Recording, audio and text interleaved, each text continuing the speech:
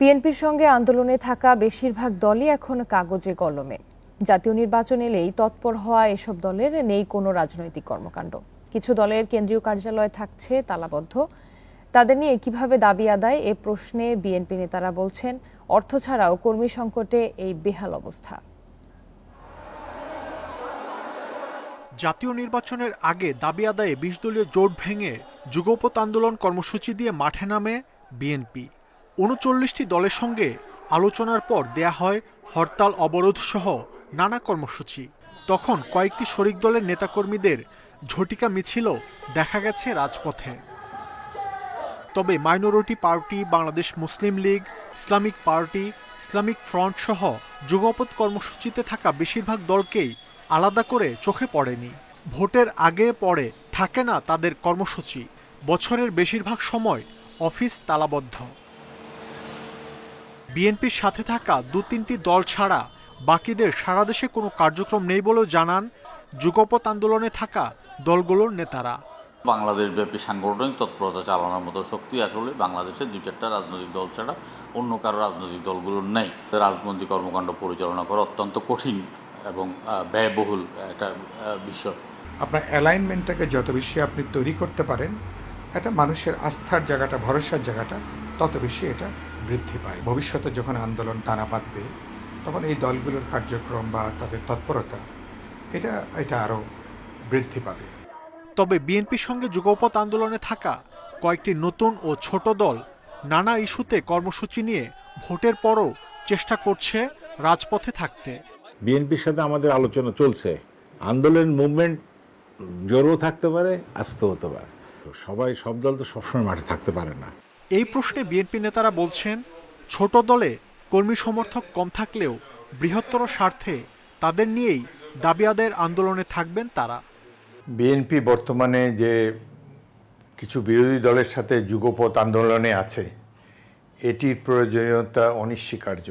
রাজনীতি মাঠ হলো ওপেন কম্পিটিশন, উন্মুক্ত প্রতিযোগিতা। যারা জনগণকে নিজেদের কাতারে ভিড়াতে পারে তারাই সাকসেসফুল। আমাদের এই যে ছোট ছোট রাজনীতিক যাদেরকে এখন দেখা যায়, ছোট ছোট রাজনৈতিক দলগুলো, এদেরও ভবিষ্যৎ আছে বলে আমরা মনে করি। পাশাপাশি কর্মী ও জনসমর্থন বাড়াতে ছোট দলের নেতাদের আরও সক্রিয় হওয়ার পরামর্শও দিচ্ছে বিএনপি। মাহমুদ শরীফ, ইন্ডিপেন্ডেন্ট নিউজ, ঢাকা। ১৪ দলীয় জোটের প্রাসঙ্গিকতা ফুরিয়ে যায়নি মনে করলেও এই জোটের কার্যকারিতা ও ভবিষ্যৎ নিয়ে দ্বিধা ও অন্ধকারে আওয়ামী লীগের শরিক দলের নেতারা। তাদের দাবি, মূল দলের উদাসীনতাতেই এই অচল অবস্থা। জোট কার্যকর করতে হলে মেটাতে হবে শরিকদের অসন্তোষ। ২০০৪ সালে আওয়ামী লীগের নেতৃত্বে হয় ১৪ দলীয় জোট। এরপর টানা 4টি জাতীয় সংসদ নির্বাচনে জোটগতভাবে অংশ নিলেও অসন্তোষ আর চাপা ক্ষোভ আওয়ামী লীগের শরিক দলগুলোতে। ভোটের আগে তৎপরতা চোখে পড়লেও পরে জোট আছে কি নেই তা বোঝার জো নেই। বর্তমান অবস্থার মূল্যায়ন করতে গিয়ে সাম্যবাদী দলের প্রধানের কণ্ঠে হতাশা। তিনি বলছেন, জোট প্রশ্নে সুস্পষ্ট সিদ্ধান্ত ছাড়া শরিক দলে গতি আসবে না। জোট তো ইনডিসিশনে আছে, জোট ফাংশন করবে না করবে না এটা আওয়ামী লীগের উপর নির্ভর করতেছে। প্রধান শরিক দল এ ব্যাপারে তাদের কিছুটা উদাসীনতা এর জন্য দায়ী বলে মনে করি। প্রায় অভিন্ন বক্তব্য বাংলাদেশের ওয়ার্কার্স পার্টির সাধারণ সম্পাদকের। 14 দলের মধ্যে সবচেয়ে বড় দল আওয়ামী লীগের যে আন্তরিক উদ্যোগ দরকার ছিল, সেখানে অনেক ঘাটতি দেখা গেছে। নির্বাচনের পর 14 দলের কোনো মিটিং হয়নি এবং কোনো পক্ষেরই, কোনো দলেরই কোনো আগ্রহ আছে বলে আমার কাছে মনে হয় না। তবে তত হতাশ নন জাসদ সভাপতি হাসানুল হক ইনু। তার মতে, জোটের জন্য এ বছরটা বোঝাপড়ার। পরে সবাই 14 দলের প্রয়োজনীয়তায় একমত হলে গতি আসবে জোটে। চলমান সময়ে আমরা দেখতেছি একদিকে মোল্লাতন্ত্র আর তো শরিকরা সরকার উৎখাতের চক্রান্ত করছে, আরেকদিকে আমরা দেখছি সরকারের ছায়ায় লুটপাটতন্ত্র এবং গুন্ডাতন্ত্র ও জনজীবনকে অতিষ্ঠ করে তুলেছে। এরকম একটি পরিস্থিতিতে কিভাবে আমরা মোকাবেলা করব 14 দল নিয়ে, সেই পথনকশা বের করা জন্য যথেষ্ট বুদ্ধি বিবেচনা প্রয়োগ করতে হবে। শুরুতে 14 দল নিয়ে জোট গঠিত হলেও এখন আছে 12টি। আওয়ামী লীগ, গণতান্ত্রিক মজদুর পার্টি, ওয়ার্কার্স পার্টি, সাম্যবাদী দল, জাসদ, গণতন্ত্রী পার্টি, ন্যাপ, গণ আজাদি লীগ, কমিউনিস্ট কেন্দ্র, বাংলাদেশের সমাজতান্ত্রিক দল বাসদ, বাংলাদেশ তরিকত ফেডারেশন বিটিএফ, জাতীয় পার্টি মঞ্জু, এগুলোর মাঝে কয়েকটি দল বাদে বাকি দলগুলোর অস্তিত্ব মূলত প্যাট সর্বস্ব। শাহাদাত স্বপন, ইন্ডিপেন্ডেন্ট নিউজ, ঢাকা। পাবনার আটঘরিয়ায় উপজেলা নির্বাচনকে ঘিরে প্রতিপক্ষের হামলায় 10 জন আহত হয়েছে। গতরাত 9টায় উপজেলার দেবোত্তর ইউনিয়নের মতিগাছা গ্রামে এই হামলার ঘটনা ঘটে। ভুক্তভোগীদের অভিযোগ, চেয়ারম্যান প্রার্থী সাইফুল ইসলাম কামালের প্রচারণা শেষে বাড়ি ফেরার পথে চেয়ারম্যান প্রার্থী তানভীর ইসলামের সমর্থকেরা তাদের উপর হামলা চালায়। এ সময় বেশ কয়েকজনকে ধারালো অস্ত্র দিয়ে আঘাত করা হয়। পরে স্থানীয়রা তাদের উদ্ধার করে পাবনা জেনারেল হাসপাতালে নিয়ে যায়। আহত 10 জনের মধ্যে 5 জনের অবস্থা গুরুতর বলে জানিয়েছেন চিকিৎসক। এ ঘটনায় এলাকায় পুলিশ মোতায়েন করা হয়েছে উল্লেখ করে আটঘরিয়া থানার ওসি হাদিউল ইসলাম জানান, পরিস্থিতি এখন শান্ত রয়েছে।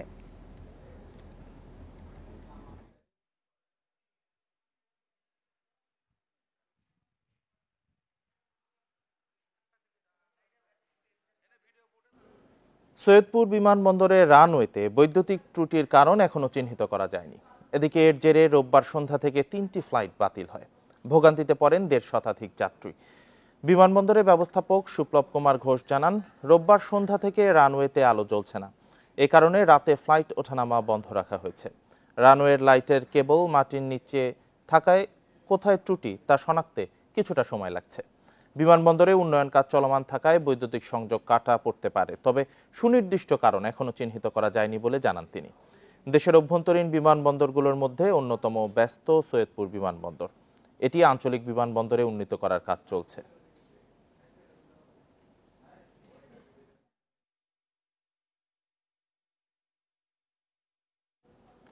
যেমনটি শুনছিলেন, সৈয়দপুর বিমানবন্দরের রানওয়েতে বৈদ্যুতিক শর্ট সার্কিটের কারণে বিমান চলাচল বন্ধ রয়েছে। এ নিয়ে জানাতে নীলফামারী থেকে যুক্ত হয়েছেন সহকর্মী মাহমুদ আল হাসান। মাহমুদ, বিমান চলাচল আবার কখন স্বাভাবিক হতে পারে, আর এই বৈদ্যুতিক ত্রুটির কারণ সম্পর্কে এখন পর্যন্ত কিছু জানা গেছে কিনা?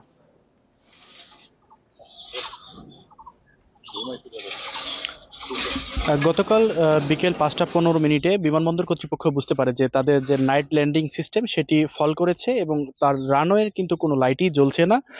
পরবর্তীতে সন্ধ্যা 6টা থেকে রাত 9টা পর্যন্ত বাংলাদেশ বিমান, নোভেয়ার এবং ইউএস বাংলার 3টি ফ্লাইট তারা কিন্তু যাত্রী সেবা দিতে পারেনি এবং রাত 9টার পর কিন্তু এই ফ্লাইট 3টি বাতিল করে বিমানবন্দর কর্তৃপক্ষ এবং এই প্রায় 150 শতাধিক যাত্রীর বিড়ম্বনা বেসরকারি কোম্পানিগুলো তাদের কাউকে রিফান্ড করে এবং হোটেলে রাখার ব্যবস্থা করে কিন্তু সম্পন্ন করেছে।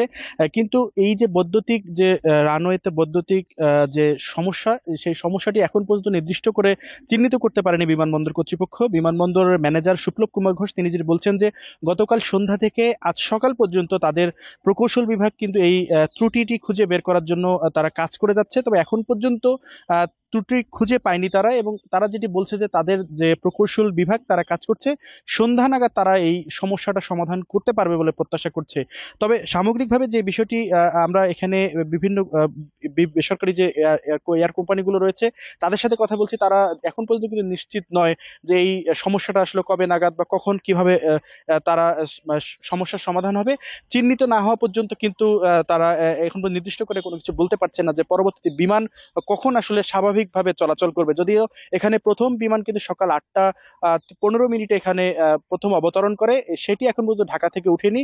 ঢাকায় ওঠার পরে কিন্তু নিশ্চিতভাবে বলা যাবে যে, তবে বিমানবন্দরের যে ম্যানেজার সুপ্লব কুমার ঘোষ তিনি যেটি বলছেন যে দিনের বেলা বিমান চলাচলে কোনো সমস্যা নেই, শুধুমাত্র সন্ধ্যার পরে বিমান চলাচলে এই সমস্যাটি দেখা দিবে। তাদের প্রত্যাশা যে তারা সন্ধ্যার মধ্যে এই সমস্যাটি সমাধান করবেন, যদিও এখন পর্যন্ত নির্দিষ্ট করে তারা বলতেই পারছেন না আসলে সমস্যাটা কি কারণে হয়েছে।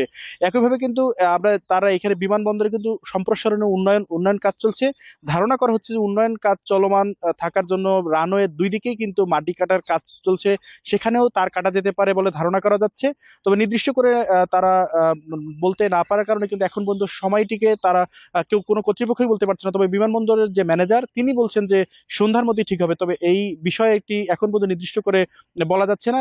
এখন পর্যন্ত সকালের যে যাত্রীরা সৈয়দপুর থেকে ঢাকাগামী তারা কিন্তু এয়ারপোর্টে আসা শুরু করেছেন। তবে ঢাকা থেকে দিনের বেলা বিমান চলাচল করবে কিনা সে বিষয়ে সুস্পষ্ট কোনো মতামত বিমানবন্দর কর্তৃপক্ষ কিন্তু এখানে দেননি। গতকাল সন্ধ্যার পর থেকে কিন্তু আমরা দায়সারা বক্তব্য পাচ্ছি, বিশেষ করে সন্ধ্যার পরে কিন্তু বলেছে বৈদ্যুতিক শর্ট সার্কিট, আবার রাত 9টার পরে বিমান ফ্লাইট বাতিল করার পরে শর্ট সার্কিটের বিষয়টি উইথড্র করে কিন্তু তারা বলেছে যে এই বিষয়টি নির্দিষ্ট করে খুঁজে পাওয়া যাচ্ছে না। তারা এখন পর্যন্ত কাজ করছেন, তবে কাজ ভিতরে কি পরিমাণ চলছে বা কতটুকু চলছে বা কারা কাজ করছেন সেই বিষয়ে কিন্তু কোনো সুস্পষ্ট বক্তব্য এখানকার বিমানবন্দর ম্যানেজার দেননি। এই ছিল আমার কাছে নীলফামারী সৈয়দপুর বিমানবন্দর থেকে সর্বশেষ। নীলফামারী থেকে জানাচ্ছিলেন সহকর্মী মাহমুদ আল হাসান। আগামী 26শে মে শুরু হচ্ছে একাদশ শ্রেণীতে ভর্তি আবেদন। ক্লাস শুরু জুলাইয়ের শেষ দিকে। সারা দেশে একাদশ শ্রেণীতে আসন 24 লাখ, যা পাশ করা শিক্ষার্থীদের তুলনায় অনেক বেশি। তাই ভর্তিতে কোনো সংকট হওয়ার কথা না। এবার এসএসসি পরীক্ষায় পাশ করেছে 16,72,153 শিক্ষার্থী, যা গত বছরের পাশের তুলনায় 2.65% বেশি। আলহামদুলিল্লাহ ভালোই হয়েছে, আমাদের উদয়ন বরাবরই ভালো একটা রেজাল্ট করে, এবারও আলহামদুলিল্লাহ সবারই ভালো হয়েছে। খুব ভালো লাগছে, যত কষ্ট ছিল সব সার্থক। শিক্ষা বোর্ড বলছে পাশ করা শিক্ষার্থীদের চেয়ে 8 লাখের মতো আসন বেশি, তাই ভর্তিতে সংকট না হলেও নামকরা কলেজে আসন সংকট আছে। আগামী 26 মে থেকে অনলাইনে ভর্তি আবেদন শুরু। জুলাইয়ের শেষ দিকে ক্লাস শুরুর পরিকল্পনা। করোনার প্রভাব থেকে স্বাভাবিক সূচিতে ফেরার চেষ্টা থাকছে একাদশ শ্রেণীর রুটিনে। বাংলাদেশে একাদশ শ্রেণী ভর্তিযোগ্য আসন আছে প্রায় 25 লাখ। আশা করছি যে আমাদের পরীক্ষা শিক্ষার্থীদের ভর্তি নিয়ে কোনো আসন সংকট নেই, তবে আমাদের অনেক শিক্ষার্থী ভালো কিছু শিক্ষা প্রতিষ্ঠানে ভর্তি হতে চায়। এবার রাজধানীতে বাংলা মাধ্যমে ভর্তি ফি সর্বোচ্চ 7,500 ও ইংরেজি মাধ্যমে 8,500 টাকা। ঢাকার বাইরে অন্য মেট্রোপলিটন শহরে বাংলা মাধ্যমে সর্বোচ্চ 5,000, জেলা শহরে 3 ও উপজেলা শহরে 2,500 টাকা ভর্তি ফি নির্ধারণ হয়েছে। আমাদের কাছে অভিযোগ আসে যে আমাদের যে নির্ধারিত যে ফি, ভর্তির ফি বা সেশন ফি, তার থেকেও কিছু কিছু শিক্ষা প্রতিষ্ঠান বেশি নিয়ে থাকে। সেটির বিরুদ্ধে আমরা কঠোর অবস্থানে আছি। শিক্ষকরা বলছেন শিক্ষার্থীরা পরীক্ষার নম্বরের উপর ভিত্তি করে আবেদন করলে ভর্তি নিয়ে কোনো সংকটে পড়তে হবে না। আমরা তো একেবারেই অক্টোবরে ছিল গতবার, এবার কিন্তু আমরা জুলাই আসলাম, যদি ক্লাস শুরু করা যায়, এবং সেটাই আমাদের যে জুলাই আমরা শুরু করব। সর্বোচ্চ 10টি কলেজে অনলাইনে আবেদন করতে পারবে শিক্ষার্থীরা। 3 দফা আবেদনের সুযোগ দেওয়ার পরিকল্পনা শিক্ষা বোর্ডের। নূরে আলম, ইন্ডিপেন্ডেন্ট নিউজ, ঢাকা।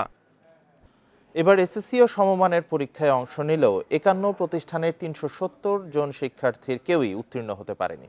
সবচেয়ে বেশি প্রতিষ্ঠানের তালিকায় আছে 42টি মাদ্রাসা। এছাড়া ঢাকা বোর্ডে 3টি, রাজশাহীতে 2টি এবং দিনাজপুরে শতভাগ ফেল করা শিক্ষা প্রতিষ্ঠানের সংখ্যা 4টি। এমন ফলাফল নিয়ে সদুত্তর নেই প্রতিষ্ঠান প্রধানদের কাছে। তবে এসব প্রতিষ্ঠানের বিষয়ে ব্যবস্থা নেওয়ার কথা জানিয়েছেন বোর্ড চেয়ারম্যান। 2023 সালে এসএসসি ও সমমানের পরীক্ষায় 48টি প্রতিষ্ঠানের কোনো শিক্ষার্থী পাশ করতে পারেনি।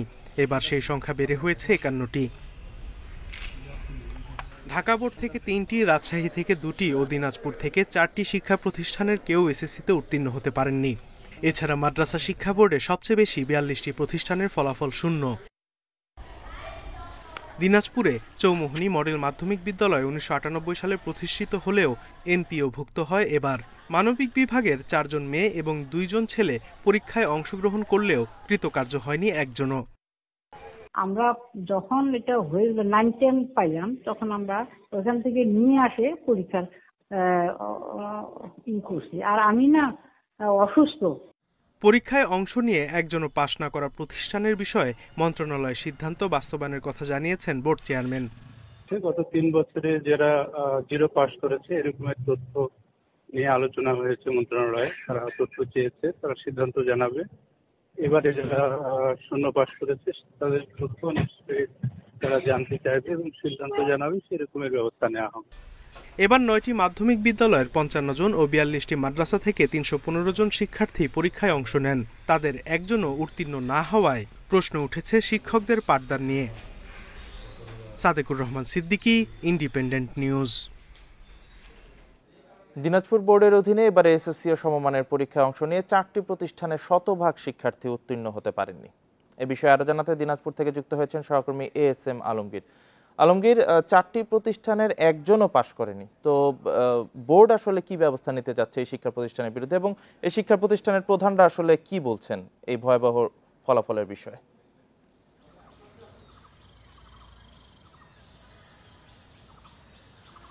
আসলে এই 4টি প্রতিষ্ঠান থেকে যে শতভাগ ফেল করেছে এ বিষয়ে আমি বোর্ড চেয়ারম্যানের সাথে কথা বলেছিলাম।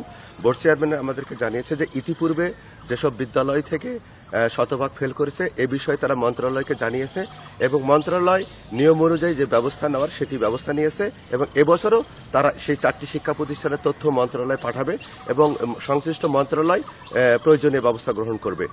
সেই সাথে তিনি আরেকটি বিষয় বলেছেন যে যখন তারা ফলাফল হস্তান্তর করেন মাননীয় শিক্ষামন্ত্রীর কাছে, শিক্ষামন্ত্রী তখন এই বিষয়ে যখন প্রেস ব্রিফিং করেন তখন শিক্ষামন্ত্রী যেটি বলিয়েছেন যে আপনার এই যেহেতু কারিকুলাম পরিবর্তন হয়েছে শিক্ষার্থীরা আনন্দের সহিত তারা পাঠদান করবে, এই শতভাগ ফেলের সংখ্যা তারা কমে আসবে বলে তারা আশাবাদ ব্যক্ত করেছেন। আর এ বিষয়ে আমি সংশ্লিষ্ট শিক্ষা প্রতিষ্ঠানের প্রধানের সঙ্গে কথা বলেছিলাম। সংশ্লিষ্ট শিক্ষা প্রধান আমাকে জানিয়েছেন যে বীরগঞ্জের চৌমুহনী মডেল মাধ্যমিক বিদ্যালয়ের প্রধান শিক্ষিকা বিলকিস বানু আমাকে বলেছেন যে আসলে এই বছরই তারা কিন্তু আসলে তাদের সরাসরি স্কুলের তাদের যে শিক্ষার্থী রয়েছে সেই শিক্ষার্থীর মাধ্যমে তারা পরীক্ষা দিয়েছিলেন। ইতিপূর্বে তারা আসলে অন্য বিদ্যালয়ের মাধ্যমে তারা পরীক্ষা দিয়েছিলেন। কি কারণে এসব শিক্ষার্থী ফেল করলো এটি তাদের বোধগম্য নয়। তবে প্রধান শিক্ষিকা যেটি দাবি করেছেন তিনি আসলে অসুস্থ ছিলেন, অসুস্থ থাকার কারণে আসলে এই শিক্ষার্থীদের বিষয়ে তিনি টেক কেয়ার করতে পারেননি, ফলে এটি একটি কারণ হতে পারে। তো আমি মাধ্যমিক শিক্ষা কর্মকর্তার সাথে কথা বলেছিলাম। মাধ্যমিক শিক্ষা কর্মকর্তা আমাকে জানিয়েছেন যে আসলে তারা ফলাফলটি পূর্ণাঙ্গভাবে তারা হাতে পাননি। ফলাফল পূর্ণাঙ্গভাবে হাতে পেলে আসলে এ বিষয়ে তারা সরেজমিনে গিয়ে তারা খোঁজখবর নিয়ে তারা প্রয়োজনীয় ব্যবস্থা গ্রহণ করবে। এই সংশ্লিষ্ট এলাকাবাসী আসলে বলতেছে যে এই বিদ্যালয়টিতে আসলে নিয়মিত পাঠদান এবং শিক্ষার্থীদেরকে পরীক্ষা উত্তীর্ণ করার বিষয়ে শিক্ষার্থীদের মনোযোগ দেওয়ার বিষয়ে তারা জোর দাবি জানিয়েছেন এবং তারা ক্ষুব্ধ প্রতিক্রিয়াও ব্যক্ত করেছেন যে আসলে একটি শিক্ষা প্রতিষ্ঠানে সরকারের কাছ থেকে প্রতি বছর যেভাবে তারা সুযোগ সুবিধা নিচ্ছে, সুযোগ সুবিধা নেওয়ার পরে একটি শিক্ষার্থীও যে পাশ করবে না এটি আসলে কোনোভাবে তারা মানতে পারতেছে না। তাদের দাবি যে এই প্রতিষ্ঠানের এই বিষয়টি তারা তদন্ত করা হোক, তদন্ত করে প্রয়োজনীয় যারা এটার সাথে জড়িত যেসব শিক্ষক বা অন্যান্য যে বিষয়গুলো জড়িত রয়েছে সে বিষয়ে প্রয়োজনীয় ব্যবস্থা গ্রহণ করা দাবি জানিয়েছে। তো এই ছিল দিনাজপুরের শিক্ষা বোর্ডের আসলে 4টি শিক্ষা প্রতিষ্ঠানের শতভাগ ফেল করার তথ্য। দিনাজপুর থেকে জানাচ্ছিলেন সহকর্মী ASM আলমগীর।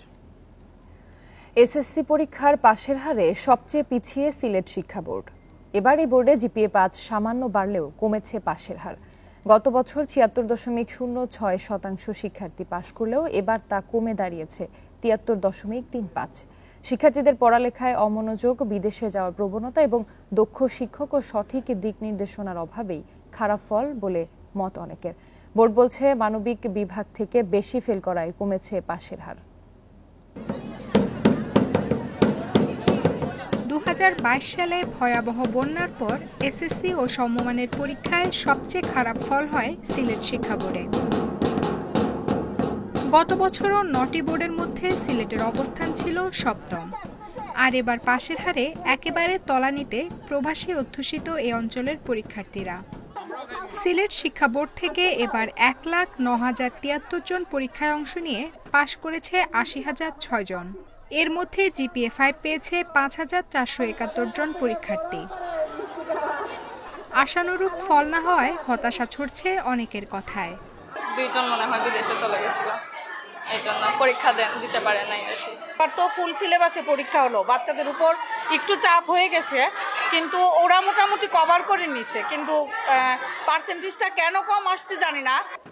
শিক্ষকেরা জানান শিক্ষার্থীদের পড়াশোনায় অমনোযোগ ও বিদেশ যাওয়ার প্রবণতার পাশাপাশি দক্ষ শিক্ষকের অভাবে বারবার ফল বিপর্যয় হচ্ছে।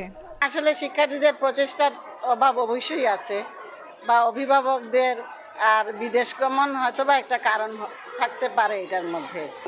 আমাদের প্রশাসনিক কর্মকর্তাবৃন্দ সবাই মিলেই এটা প্রচেষ্টা গ্রহণ করছেন কিভাবে এই অঞ্চলে শিক্ষার হারটা বাড়ানো যায়। মানবিক বিভাগের 6% শিক্ষার্থী ফেল করেছে সাধারণ বিজ্ঞান বিষয়ে। বোর্ডের ফল বিপর্যয়ে এর প্রভাব পড়েছে বলছেন কর্মকর্তারা। এই সাধারণ বিজ্ঞান 77,000 পরীক্ষার্থী, একটা বিষয়ে আমার 6%, পার্সেন্টেজ কমাই দিয়েছে। ইংরেজি বিষয়ের, গণিত বিষয়ের, বিজ্ঞান বিষয়ের শিক্ষক, ভালো শিক্ষকের সংখ্যা খুবই কম। সিলেট শিক্ষা বোর্ডে এবার সবচেয়ে ভালো করেছে বিজ্ঞান বিভাগের পরীক্ষার্থীরা, আর খারাপ ফল হয়েছে মানবিক বিভাগের।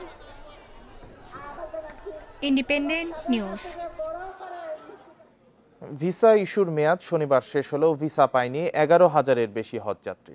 তবে হজ এজেন্সিদের সংগঠন হাব বলছে, সৌদি আরব সময় না বাড়ালেও ই ভিসা পদ্ধতি চালু রয়েছে।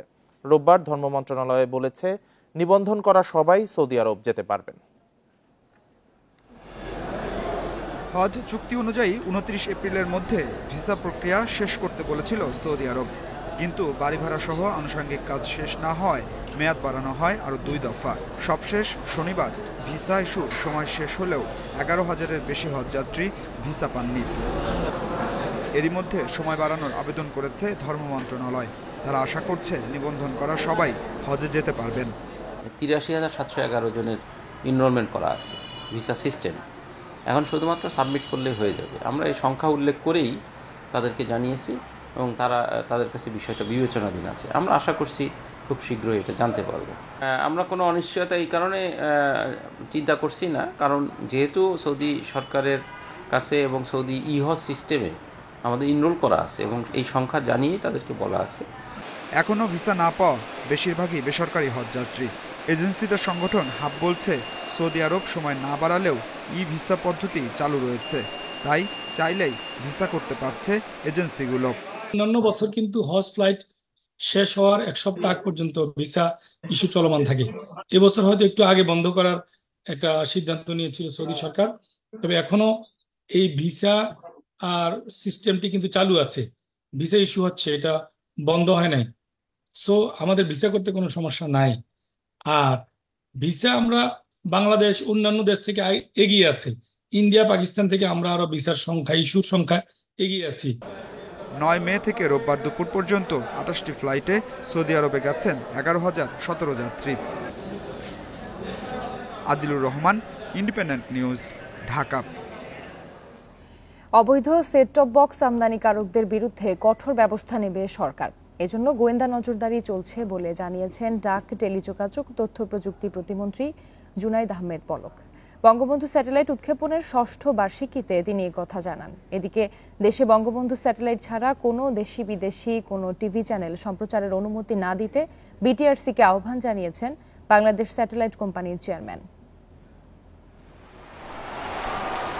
2018 সালের 12 মে উৎক্ষেপণ করা হয় দেশের প্রথম কৃত্রিম উপগ্রহ বঙ্গবন্ধু স্যাটেলাইট 1। 6 বছরের পথ চলার নানা আয়োজনের কথা তুলে ধরা হয় বর্ষপূর্তির অনুষ্ঠানে। রোববার সন্ধ্যায় ঢাকা ক্লাবে এই আয়োজন করে বাংলাদেশ স্যাটেলাইট কোম্পানি। বর্তমানে এই স্যাটেলাইটের সুবিধা পাচ্ছে দেশের 40টি টিভি চ্যানেল, 26টি বিদেশি চ্যানেল, সামরিক ও নিরাপত্তা বাহিনী, সরকারি বেসরকারি বিভিন্ন সংস্থা। গত বছর যা থেকে আয় হয়েছে 150 কোটি টাকা। স্যাটেলাইটটির মেয়াদ 15 বছর হলেও 18 বছর পর্যন্ত টিকবে আশা কর্তৃপক্ষের। Landing rights for broadcasting satellite service নীতিমালা অনুযায়ী, যেটা বিটিআরসি তৈরি করেছে, বাংলাদেশে দেশি বিদেশি যে কোনো টিভি যদি বাংলাদেশে প্রচার করতে হয়, এটা আমাদের বঙ্গবন্ধু স্যাটেলাইটের মাধ্যমে আসতে হবে। অনুষ্ঠানে ভার্চুয়ালি যোগ দেন পররাষ্ট্রমন্ত্রী ও তথ্য ও সম্প্রচার প্রতিমন্ত্রী। তারা জানান দেশীয় স্যাটেলাইট ব্যবহারের কারণে অনেক ডলার সাশ্রয় হচ্ছে। আমি আশা করি যে পর্যায়ক্রমে অন্যান্য বিদেশি চ্যানেলসমূহ দেশের আইন অনুযায়ী বঙ্গবন্ধু স্যাটেলাইট 1-এ যুক্ত হবে। বিদেশি কোম্পানি টিআরপি দিত এবং সেই বিদেশি কোম্পানিকে টেলিভিশন চ্যানেলগুলোকে ফি দিতে হতো। এখন ফরেন কারেন্সিতে দিতে হবে না, বা ফরেন কারেন্সি আমাদের দেশ থেকে টিআরপির জন্য চলে যাবে না। আগামী 5 বছরের মধ্যে বঙ্গবন্ধু স্যাটেলাইট 2 উৎক্ষেপণ করা হবে বলে জানান টেলিযোগাযোগ প্রতিমন্ত্রী। কোন প্রতিষ্ঠান বা কোন দেশের সাথে আমরা গেলে আমাদের নিজেদের সক্ষমতাটা আমরা বৃদ্ধি করতে পারি, সেই সকল বিচার বিশ্লেষণ করেই যে আগামী 5 বছরের মধ্যে, অর্থাৎ আমাদের সরকারের এই মেয়াদেই আমরা বঙ্গবন্ধু 2 স্যাটেলাইট ইনশাআল্লাহ আমরা উৎক্ষেপণ করতে পারবো। তিনি আরো জানান বঙ্গবন্ধু স্যাটেলাইট 2 হবে আর্থ অবজারভেটরি, যা পরিবেশ, কৃষি ও প্রতিরক্ষা ব্যবস্থার উন্নয়নে গুরুত্বপূর্ণ ভূমিকা রাখবে। ইকরামুল কবির, ইন্ডিপেন্ডেন্ট নিউজ, ঢাকা। অবশেষে স্বজনকে খুঁজে পেল ময়মনসিংহ মেডিকেল কলেজ হাসপাতালে পড়ে থাকা শিশুটি। সামাজিক যোগাযোগ মাধ্যমে ছড়িয়ে পড়া মৃত বোনকে দেখে সিলেট থেকে ছুটে আসেন তার ভাই। তবে 15 মাসের শিশুটিকে নিয়ে পড়েছেন বিপাকে। হাসপাতাল কর্তৃপক্ষ জানিয়েছেন, শিশুটি তার মামাকে চিনতে না পারায় হস্তান্তর প্রক্রিয়া চলছে আইনগতভাবে।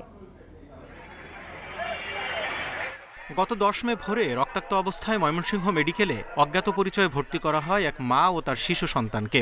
পরদিন মায়ের মৃত্যু হলে পরিচয়হীন শিশুটির ছবি ছড়িয়ে পড়ে সামাজিক যোগাযোগ মাধ্যমে। 3 দিন পর শিশুটির মামা সিলেট থেকে আসেন ময়মনসিংহে। জানান, প্রথম স্বামীর সাথে বিচ্ছেদের পর 3 বছর আগে অভিমানে বাড়ি ছাড়েন বোন জায়েদা। মাঝে মধ্যে কথা হলেও দ্বিতীয় বিয়ের কোনো তথ্য জানতেন না তারা।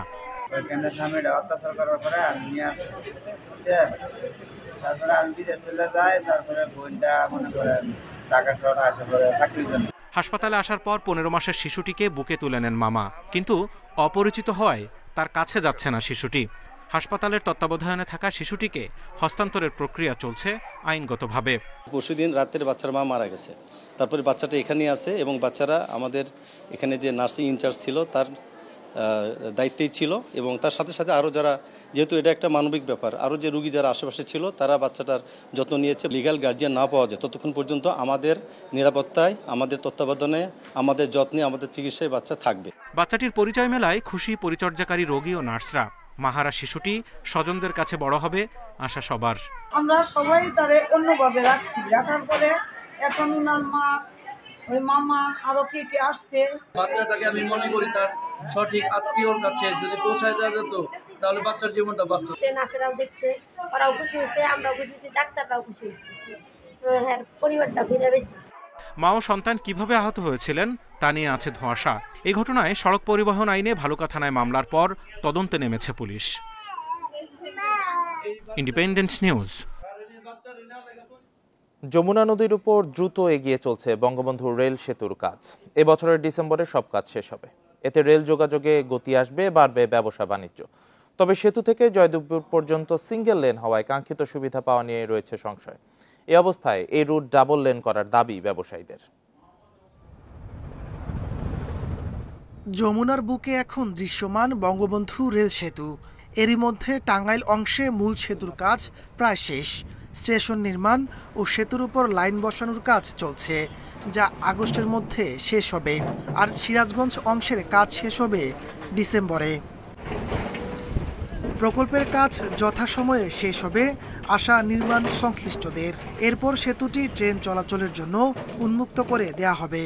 50 নম্বর প্লার থেকে শুরু করে আমাদের টার্গেট 26 নং প্লার পর্যন্ত, তো অলরেডি আমাদের 36 পর্যন্ত কমপ্লিট। টোটাল 85% অগ্রগতি হয়েছে, আর পশ্চিম পারে কিছুটা কম অগ্রগতি, দ্যাট ইজ 63%। এভারেজ আসলে এরকম 76.5% অগ্রগতি হয়েছে। সেতুটি চালু হলে ব্যবসা বাণিজ্যে গতি আসবে। তবে সেতু থেকে জয়দেবপুর পর্যন্ত সিঙ্গেল লেন হওয়ায় কাঙ্ক্ষিত সুবিধা পাওয়া নিয়ে সংশয় রয়েছে। একটা লেন হওয়ার কারণে এখানে সেই ব্যবসায়ীরা সেই সুবিধাটা পাবে না। যদি ডাবল লেন চালু হয় সেক্ষেত্রে ব্যবসায়ীরা সুবিধা পাবে। রেলওয়ের মহাপরিচালক জানান, জয়দেবপুর থেকে বঙ্গবন্ধু সেতু হয়ে ঈশ্বরদী পর্যন্ত ডবল লেনের রেল লাইনের প্রকল্প হাতে নেওয়া হয়েছে। প্রকল্পটি বাস্তবায়ন হলে এ রুটে 120 কিলোমিটার গতিতে ট্রেন চলতে পারবে। এখন আমাদের সিঙ্গেল লাইন এবং সেতুতে যে গতি এবং লোডের যে রেস্ট্রিকশন আছে তার কারণে আমরা সব ধরনের পণ্য পরিবহন করতে পারি না। তো আমাদের যখন ডবল লাইন হয়ে যাবে তখন আমরা এখন আমাদের এই সেকশনে আমরা 38টা ট্রেন চালাতে পারি, তখন আমরা 100-এর বেশি ট্রেন চালাতে পারবো। 2020 সালের 29 নভেম্বর বঙ্গবন্ধু রেল সেতুর নির্মাণ কাজের ভিত্তিপ্রস্তর স্থাপন করেন প্রধানমন্ত্রী শেখ হাসিনা। Independent News. এ বিষয়ে আরো জানাতে টাঙ্গাইল থেকে যুক্ত হয়েছেন সহকর্মী মামুনুর রহমান। মামুনুর, ডিসেম্বরের মধ্যে রেল সেতুর কাজ শেষ হবে এই আশা করা হচ্ছে, এখন কাজ কোন পর্যায়ে আছে? আর সেতু থেকে জয়দেবপুর পর্যন্ত ডাবল লেন করার দাবি ব্যবসায়ীদের, এই বিষয়টি নিয়ে জানতে চাই। আমি যেটা বলতে চাচ্ছি যে বঙ্গবন্ধু রেল সেতুর যে টাঙ্গাইল অংশে, সেই টাঙ্গাইল অংশের পুরো কাজটাই কিন্তু শেষ হয়েছে, এমন তথ্য কিন্তু রেল কর্তৃপক্ষ থেকে আমরা জানতে পেরেছি। আমি যদি একটু দেখানোর চেষ্টা করি, এটা হচ্ছে বঙ্গবন্ধু রেল সেতু। তো এই রেল সেতুর টাঙ্গাইল অংশের নির্মাণ কাজ শেষ হয়েছে এবং এখানে যে রেল চলাচলের জন্য ট্রেন চলাচলের যে রেল স্থাপনের কথা, সেটাও কিন্তু টাঙ্গাইল অংশে সম্পূর্ণ হয়েছে। অর্থাৎ এইখান টাঙ্গাইল অংশের কাজ আগামী জুলাই মাসের মাঝেই শেষ হবে, এমনটি কিন্তু আমরা জানতে পেরেছি। আর পুরো সেতুর কাজ শেষ হতে ডিসেম্বর পর্যন্ত লাগবে এবং সেতু কর্তৃপক্ষ যেটা বলছে, এই সেতু যিনি প্রকল্প পরিচালক রয়েছে তার সাথে কথা বলেছে, তিনি যেটা বলেছেন যে ডিসেম্বরের মাঝেই এই সেতু দিয়ে রেল চলাচল করতে পারবে। পাশের যে সেতু রয়েছে, যেটা দেখানোর চেষ্টা করছি, এই সেতু দিয়ে এখনও রেল চলাচল করে, কিন্তু রেলের গতি কম হচ্ছে। অর্থাৎ এখানে 15 থেকে 20 কিলোমিটার গতিতে রেল চলাচল করছে, যে কারণে এই সেতু পার হতে অনেক সময় লাগে। আর এই কারণে দুর্ভোগ পোহাতে হচ্ছে উত্তরবঙ্গ এবং রাজধানীর সাথে চলাচল করে ট্রেনের যাত্রীদেরকে। ঠিক সেই কারণেই এই বঙ্গবন্ধু সেতুর পাশেই এই রেল সেতু স্থাপন করা হচ্ছে এবং আশা করা যাচ্ছে যে চলতি ডিসেম্বরে যদি এই সেতু দিয়ে ট্রেন চলাচল করতে পারে, তাহলে 100 থেকে 120 কিলোমিটার বেগে ট্রেন চলাচল করতে পারবে। আর এখন যে পরিমাণ ট্রেন চলাচল করে এই সড়ক দিয়ে বা এই রেলপথ দিয়ে, তার সাথে প্রায় দ্বিগুণ, অর্থাৎ 100-এরও উপরে রেল চলাচল করবে। এতে করে গতি বাড়ার সাথে সাথে অধিক সংখ্যক মানুষ এই সেতুর সেবা পাবে। এর বাইরে যেটা বলি, আপনি জানেন যে এর পাশে বঙ্গবন্ধু রেল সেতু ঠিক পাশে একটি ইকোনমিক জোন হওয়ার কথা রয়েছে। সেই জোনটি হলে এই রেল সেতু কিন্তু আরও বেশি কাজে লাগবে, এমনটি কিন্তু মনে করছে এখানকার ব্যবসায়ীরা। তবে সবচেয়ে সমস্যার যে কথাটি হচ্ছে যে রেল সেতু 2 লেনের হলেও এই টাঙ্গাইলে বঙ্গবন্ধু রেল সেতু থেকে জয়দেবপুর পর্যন্ত এই জায়গাটি কিন্তু সম্পূর্ণ সিঙ্গেল লেন রয়েছে, যে কারণে পূর্ণ গতিতে কিন্তু ট্রেন চলাচল করতে পারবে না, অর্থাৎ পুরোপুরি সুবিধাটাই কিন্তু এখান থেকে পাওয়া যাবে না। এ কারণে এখানকার স্থানীয় যারা বাসিন্দা রয়েছে এবং ব্যবসায়ীরা রয়েছে এবং রাজনীতিবিদ যারা রয়েছে, তারা সবাই চাচ্ছে যে বঙ্গবন্ধু রেল সেতু অর্থাৎ যেখানটাতে দাঁড়িয়ে আছে, এখান থেকে জয়দেবপুর পর্যন্ত দ্রুত 2 লেন স্থাপন করা হোক। এতে যে কারণে বঙ্গবন্ধু রেল সেতুটি স্থাপন করা হয়েছে, সেটি কাজে লাগবে। ব্যবসা বাণিজ্য উন্নতি হওয়ার পাশাপাশি মানুষের যোগাযোগটা অনেকটাই নির্বিচ্ছিন্ন হবে এবং মানুষ নিশ্চিন্তে, নির্বিঘ্নে এবং দ্রুত গতিতে রাজধানীর সাথে উত্তরবঙ্গের যোগাযোগ স্থাপন হবে। এতে করে উত্তরবঙ্গের অর্থনৈতিক উন্নয়নের সাথে সাথে টাঙ্গাইলের অর্থনীতি কিন্তু অনেক উন্নতি হবে, এমনটাই কিন্তু মনে করছে সংশ্লিষ্টরা। বঙ্গবন্ধু রেল সেতুর কাজ চলছে, এ বিষয়ে জানাচ্ছিলেন সহকর্মী মামুনুর রহমান। প্রভাবশালীদের অবৈধ দখলে কুষ্টিয়ার 5টি নদী অস্তিত্ব সংকটে পড়েছে। মাটি ভরাট করে তীর দখল ও বাঁধ দিয়ে মাছ চাষের ফলে একসময়ের খরস্রোতা নদীগুলো পানির প্রবাহ হারিয়েছে। কর্তৃপক্ষ বলছে অবৈধ দখলদারদের বিরুদ্ধে দ্রুত ব্যবস্থা নেওয়া হবে। পদ্মা, গড়াই, মাথাভাঙ্গা সহ ছোট বড় প্রায় 8টি নদী রয়েছে কুষ্টিয়ায়। এর মাঝে হিসনা, সাগরখালী, ডাকুয়া, চন্দনা ও কালী নদী এখন মৃতপ্রায়। অবৈধ দখলে বন্ধ হয়ে গেছে এসব নদীর পানি প্রবাহ। নদীর তীর দখল করে অনেক প্রভাবশালী স্থাপনা গড়ে তুলেছেন। অনেকে নদীতে বাদ দিয়ে করেছেন মাছ চাষ। হিসনা নদীতে বড় বড় জাহাজ চলতো, বড় বড় নৌকা আসতো, বাদামালা নৌকা আসি সব মালপত্র বিক্রি করতো। বিভিন্ন ক্ষমতাবাদরা এই নদীটাকে দখল করে তাদের বিভিন্ন স্থাপনা তৈরি করছে। যেই স্থাপনাগুলো আছে এগুলো উচ্ছেদ করে নদীর যে যৌবন, যে রূপ, সে রূপটা তারা ফিরিয়ে আনবে। পরিবেশ ও জীববৈচিত্র্য রক্ষায় নদীগুলো দ্রুত পুনরুদ্ধারের দাবি পরিবেশবাদীদের। নদী, জলাশয়, খাল, বিল উদ্ধার করতেই হবে, এর কোনো বিকল্প নাই। যখন সরকার এইটাকে সিরিয়াসলি ভাববেন, তখন আমাদের আর কিছু করার থাকবে না। আমরা মরা মানুষকে তাজা করার প্রচেষ্টার মতো নদীকে তাজা করার চেষ্টা করব। আসলে এখনই সময়, এখনই পদক্ষেপ গ্রহণ করুন। প্রশাসন বলছে নদীগুলো দখলমুক্ত করতে বিভিন্ন সময় অভিযান চালানো হয়েছে। এছাড়া পানি প্রবাহ ঠিক রাখতে কয়েকটি নদীতে খনন কাজও হয়েছে।